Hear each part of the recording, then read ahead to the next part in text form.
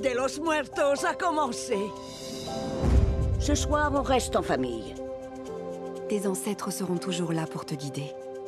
Si seulement quelqu'un pouvait m'aider à accomplir mon rêve.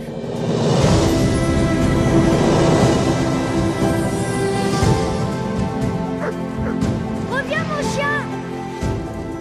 Tu dois rester avec moi. On ne sait pas où on est.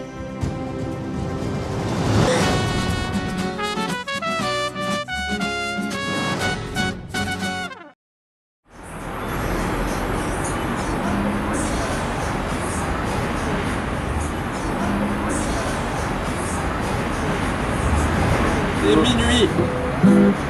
Minuit. L'heure du crime, l'heure des morts. Minuit qui est la 24e heure. Et c'est notre avis à vif numéro... 24. Olé. C'est clair. Un poco loco. Olé. Non, bon, viens, non. Quand même. Alors, Coco, le nouveau Coco. Pixar, eh oui. le nouveau Pixar, notre premier film d'animation. Eh bien, c'est un Pixar. C'est un Pixar. Déjà, ça commence bien comme Voilà. Appréciation. Oui. Alors c'est toujours un peu un événement, hein. Moi je sais que Pixar c'est... Ah oui, 24. Ah, Sanduga, écoute-moi. Quel talent, ouais. Merci. Et sans les mains. Sans les mains encore. Et il y a le son qui continue d'ailleurs. Hein. Pas le même son que la guitare, mais bon. Ah là là. Bon alors, Coco. Non, vraiment, très... Encore une réussite, quoi, j'ai envie de dire. Ça devient une habitude, hein, décidément. Hein. On n'est plus surpris à ce niveau-là. Et vraiment, moi, la force, je trouve, de ce film-là, mais comme d'autres Pixar, C'est le titre. c'est le titre, effectivement. Que le titre de ce film, quand C'est tu vrai. as vu le film, Ouais. c'est comment faire de l'art, même au générique. Mais oui, c'est ça, hein. Ça peut paraître anodin. Alors le titre, Coco. Coco, on pourrait se dire que c'est le héros, pas du tout. Le héros, c'est Miguel. Et Coco, finalement, c'est alors la grand-mère ou l'arrière-grand-mère, enfin. Non, l'arrière-grand-mère. Quand même, voilà. C'est l'arrière-grand-mère. Ah oui, parce qu'on s'y perd dans les perd, générations.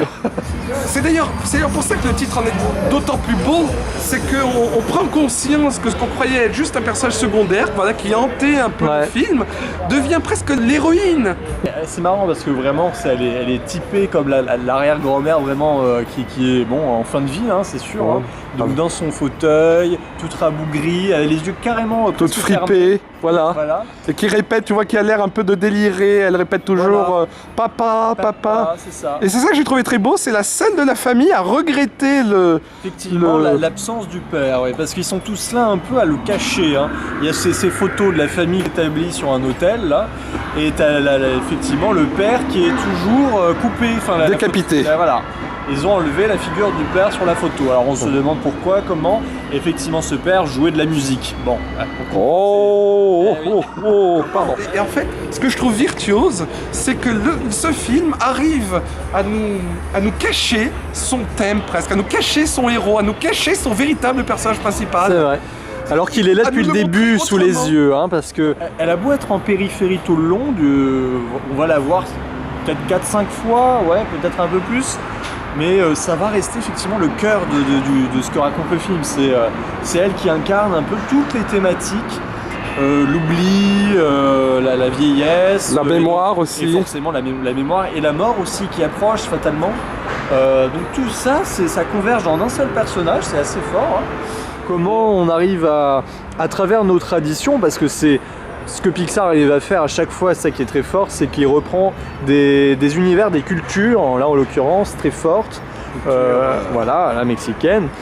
Et Parce donc, qu'il y a aussi quelqu'un avec un chapeau de forme, hein, j'ai bien regardé. J'ai bien épié tous les personnages. Ah oui, là, c'est sûr. Hein. C'est- Et c'est ça qui est très fort, c'est qu'à partir d'une culture, d'un coup, ils invoquent toute des thématiques, voilà, là, comme l'oubli, mais qui restent universelles. C'est-à-dire que Et surtout qui sont assez surprenantes. La Pixar m'a toujours émerveillé à ce propos.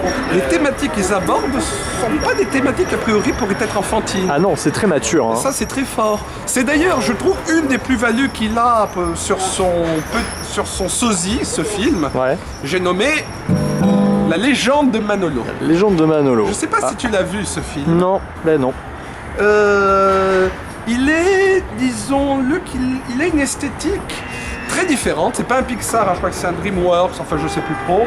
Ouais. Mais ça reprend les mêmes thèmes. Un passage dans les ténèbres, dans l'obscurité. Ah bah comme nous hein, d'ailleurs. Hein, ouais. Et là d'un coup on est dans le noir. Hein. Oh. On arrive dans le passage du monde des morts. Voilà. Et oui. Cette fête foraine vient de mourir. Voilà, la lumière au loin, mais on va la retrouver un peu plus loin là-bas aussi, ça va. Comme quoi il y a de l'espoir même dans le monde des morts. Absolument. Ça, c'était pour l'effet dramatique. Parce que tu te croyais invulnérable à la mort, mais une fois que tu y étais passé, eh ben non, rebelote. Non. Tu risques encore de mourir une deuxième fois. C'est une très belle idée ça. Hein. C'est comment finalement, il y a encore une sorte de suspense là-dessus, sur vite, il faut que on ne soit pas oublié, parce que c'est ça qui les attend encore les morts. C'est d'être oublié par les vivants. Et ce serait ça leur véritable mort. C'est ça leur véritable mort. Ouais. Bon, juste pour dire, dans la légende de Manolo, le monde des oubliés est carrément montré, il s'y passe des tas d'intrigues, tandis que dans Coco, ben non. Dans Coco, ça reste encore le mystère, un autre mystère, comme la véritable mort en quelque sorte. Oui. Et d'ailleurs, moi, ce qui est très fort sur cette thématique de mort et de vie, hein, c'est que finalement la mort est tout autant vie que la vie n'est vie, quoi, j'ai envie de dire. C'est-à-dire que la vie est partout. Tim Burton, ça fait typiquement les noces funèbres. Oui, c'est ça. Tout à fait nous. Et aussi à la Monkey Bone, où le monde des morts est une immense fête foraine. C'est ça. C'est pas parce qu'on est mort qu'on arrête de vivre, justement. Ouais, c'est pas parce qu'on est mort qu'on n'a pas le droit de s'amuser. Voilà, après tout. Comme disait si bien le grand guitariste moustachu Georges Brassens, oui, bien sûr. Passer sa mort en vacances. Ouais. Voilà. Ceci étant dit, l'histoire, quant à elle... Il y a plein de thèmes vraiment forts. Là, c'est vrai qu'il y a un personnage de méchant. En tout cas, il nous est pas présenté comme ça au début, hein, mais... C'est ça qui est très fort. C'est ça qui est très fort, qui serait d'ailleurs un peu une figure paternelle aussi à sa façon. En tout cas, l'idole du héros. Ben, les gens m'appellent l'idole du héros. Pardon. C'est pas tout à fait ça, mais... Eh ben... Suspense. Ouais. Et ce méchant... Cette idole, un peu qui est une sorte d'Elvis du pauvre, hein, c'est ça, oui, faut dire ce qui est. Hein. Mais d'ailleurs, non seulement une figure paternelle, mais il nous est même présenté comme une figure arrière paternelle du héros.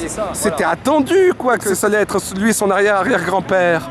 Ouais, eh bien, mine de rien, c'est pas pour rien que ce twist est malvenu et mal intégré, tout simplement parce que c'est pas le twist. Et oui, ce personnage-là, qui aurait toujours d'ailleurs sa gloire, la même gloire dans le monde des morts. Donc il y a un truc... On a un parallèle comme quoi le monde des morts est toujours en vie. Sacrément ironique, oui. D'ailleurs, c'est ça qui est amusant, c'est que au départ, on pose autour de ce personnage toute une aura, tu vois, le mentor, celui qu'il faut suivre, l'inspiration, la muse. La muse, hein, oui. Mais... de ci, de là, il y a des touches qui le décrédibilisent. Complètement. Qui le rendent ridicule. Et à la lumière de la fin, on comprend que finalement, mais c'est pas anodin qu'il est ridiculisé. Ben oui. C'est parce que c'est pas le vrai mentor, mais aussi c'est qu'une apparence. On essaie de nous aiguiller. C'est très intelligent, parce que d'autant plus intelligent qu'au début, quand j'ai vu ça, j'ai cru que c'était... Enfin, j'ai pris ça pour une maladresse. C'est vrai. Je me disais, oula, c'est pas de très bon goût, hein. On est censé avoir une certaine admiration pour ce personnage, et quelque part, cette autodérision participe à la mise en scène, participe à des effets d'annonce, c'est vrai. Des implants qui seront payés. Et oui, non, mais non seulement ça, et puis en plus, je trouve qu'il amène une autre dimension après, hein, qui est vraiment une dimension sur la mise en scène, sur l'illusion, sur nos croyances profondes, alors qu'elles ne sont pas forcément authentiques et réelles. Hein. C'est-à-dire que d'un coup, on va se faire des films, littéralement. C'est marrant parce que, quand je dis ça, se faire des films, il y a toute une dimension aussi dans le film là-dessus, où ils regardent des films où apparaît l'idole en question. Et donc il y a tout un truc de l'ordre de la mise en scène. D'ailleurs, c'est grâce à un film qu'il va comprendre de quoi il en retourne, Miguel. Complètement. C'est aussi qu'il a, malgré son ridicule, il a une certaine prestance. Quoi. Surtout, il y a une scène à la fin. Je trouve que le climax est assez vertigineux. D'ailleurs, j'aurais même aimé que ça soit plus long, que ça continue à être vertigineux. En plus, très bien imaginé. Quoi. Quand tu te dis que derrière ce qui se passe derrière cette scène-là, il y a une scène de conflit, il y a un combat. C'est comme ça que le combat est filmé. C'est assez virtuose. C'est un méchant qui peut être un peu ridicule sur les bords. Faut voir comment il finit. Bon, ça, c'est une autre histoire. J'ai trouvé ça amusant, le parallèle. C'est ça. Ces deux morts, elles sont identiques. Comme quoi, bah, mort et vie, c'est la même chose, hein, finalement, on n'y échappe pas. Hein. En parallèle aussi arrive un autre personnage, hein, qui est une sorte d'oublié de la musique, qui essaie d'être réhabilité. Et il va y avoir une révélation autour de ce personnage. Et ça donne vraiment une sorte une épaisseur. Ça va devenir lui aussi une figure paternelle. Hein. C'est une grande histoire de famille quand même, hein, il faut le rappeler. Hein. J'ai eu un peu de mal à accrocher à cette famille complètement folle, presque tournée en dérision. Oui, mais quelque part c'est une famille très, on va dire, très au sang chaud, quoi, qui réagit très vite, qui est très là à couver et à interdire aussi parce qu'on est dans... des chaussures à la place de la musique. On a quelque chose de très typique au fond. Moi je crois que tous ces personnages-là existent aussi parce qu'ils sont des clichés, mais des clichés qui sont dans la vraie vie, hein, comme ça. Hein. Mais d'ailleurs, toi qui parles de ces révélations... Oula, ne meurs pas. Non, ça va. C'est pas encore le moment. Ouais. Mais sache que si tu meurs, je ne t'oublierai pas. Ah bon, ça va. Je vais même faire une musique sur toi, attends. Ah, ça va. Là, tu l'entends? Difficilement. Tu l'entends là? Mettre plus de cœur. Oui, bon. Bon, bref, alors ne meurs pas, ça m'évitera d'avoir à composer une musique. Je vais essayer de... Voilà. Il reste encore une petite minute, voilà. On va essayer de tenir. Voilà, comme pour Superman. Si tu meurs, je te tue. Ah oui, alors là... Bon, petite digression. Bon, donc c'est vrai que c'est un visuel assez époustouflant. Ah oui, là, très lumineux. Il y a effectivement toute cette scène où il passe une sorte de pont avec des feuilles mortes qui sont vraiment qui s'écoulent presque comme une cascade. Oui. Une espèce de grand aqueduc. Et en même temps il fait face après à toute cette ville qui est immense, hein, lumineuse. Et pourtant, il y a même dans cette ville lumineuse, il y a aussi les quartiers sombres, les ruelles. C'est vrai, il y a un côté un peu malfamé par moments, ça qui est assez... Et puis un aspect aussi un peu avec des animaux, des créatures un peu fantastiques. D'où le chien. Oui, qui finalement là aussi il y a presque un twist sur lui, c'est marrant. C'est-à-dire que tout le film va agir là-dessus, sur des révélations, mais en même temps le scénario est tellement fluide, il y a vraiment un tel sens de la narration.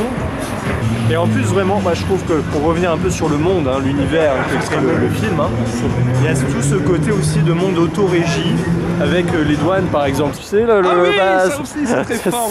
Les douanes. Bon. La gare. Oui, parce qu'il y a même une esthétique très gare. Au début, c'est sous forme de cliché. Hein. Ils prennent, ils scannent justement les visages. C'est les fameuses photos qui symbolisent la mémoire. Ouais. C'est ces fameuses photos qui offrent l'accès au monde des vivants aux morts. C'est ça.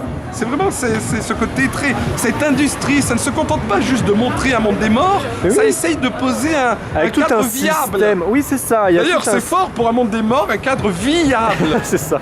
On est déjà là-dedans. Ouais. Ça, c'est marrant parce qu'il y a toujours cette idée finalement d'immortaliser, mais même de façon administrative, tu vois. C'est-à-dire que c'est surtout décliné. Voilà, la photo, c'est ce qui va rester, que ce soit pour les vivants, les morts. Voilà. Et puis une relation à l'image justement, comment on essaie de conserver ça, c'est ce que le vivant ou le mort a de plus immédiat nous transmettre, c'est l'image, et à travers cette image-là, l'âme. C'est-à-dire qu'est-ce que l'âme?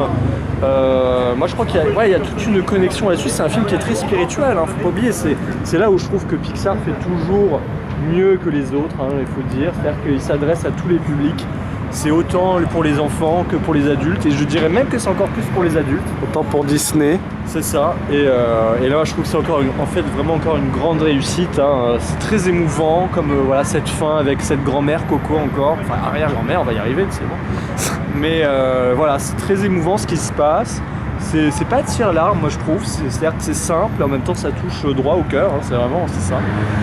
Donc moi je conseille vite, il faut y aller. Voilà, et un bel hymne à la musique. Oui. D'ailleurs, un point qui est très important, voire vital. La musique. La musique quand même, oui.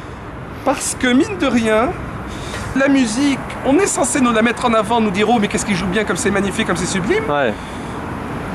Malheureusement non, j'ai pas trouvé qu'elle était si... Après je pense pas que ce soit tellement la plus-value des Pixar en termes de... Oui, c'est pas la plus-value, mais quand on nous la met en avant, on attendrait derrière à ce qu'il y ait effectivement une musique comme... alors peut-être pas à la Hans Zimmer ou à la... non, ce serait inapproprié là, ce serait... Mais Roque Bagnos par exemple. Oh là, oui, un peu comme ça, regarde.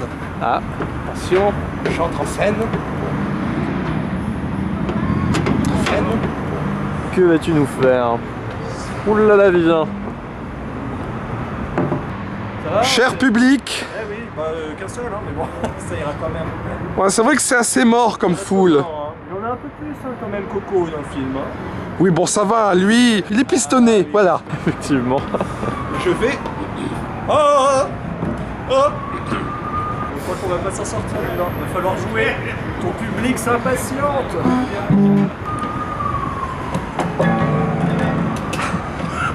Et voilà, et plus de voix. Et c'est ça que tu voulais pour le film? Oh non, bizarre. Merci.